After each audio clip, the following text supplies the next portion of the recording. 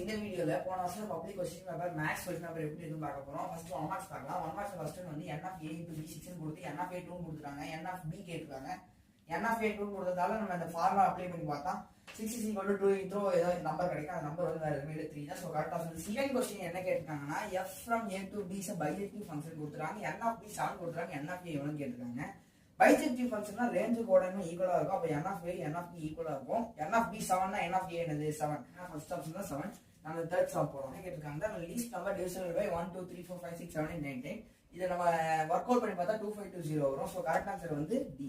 இப்போ fourth some பார்க்க போறோம். ஃபோர்த் சம் என்ன கொடுத்திருக்காங்கன்னா ஒரு ஏபி ல வந்து மொத்தம் 31 டேர்ம் இருக்கு. அந்த 31 டேர்ம்ல வந்து 16th டேர்ம் m. அப்ப எல்லா டேர்மே m ஆ தான் இருக்கும். நம்ம இந்த ஃபார்முலா அப்ளை பண்ணி பார்த்தா நமக்கு கடைசி ஆன்சர் வந்து 31m னு வரும். சோ நமக்கு ஆன்சர் என்னது ஆப்ஷன் சி தான் கரெக்ட். இந்த சம்ல என்ன கொடுத்திருக்காங்கன்னா x power 4 + 64 கூட எந்த நம்பர் சேர்த்தா பெர்ஃபெக்ட் ஸ்கொயர் கேட்றாங்க. நம்ம வொர்க் அவுட் பண்ணி பார்த்ததுல b தான் கரெக்ட் ஆன்சர். So correct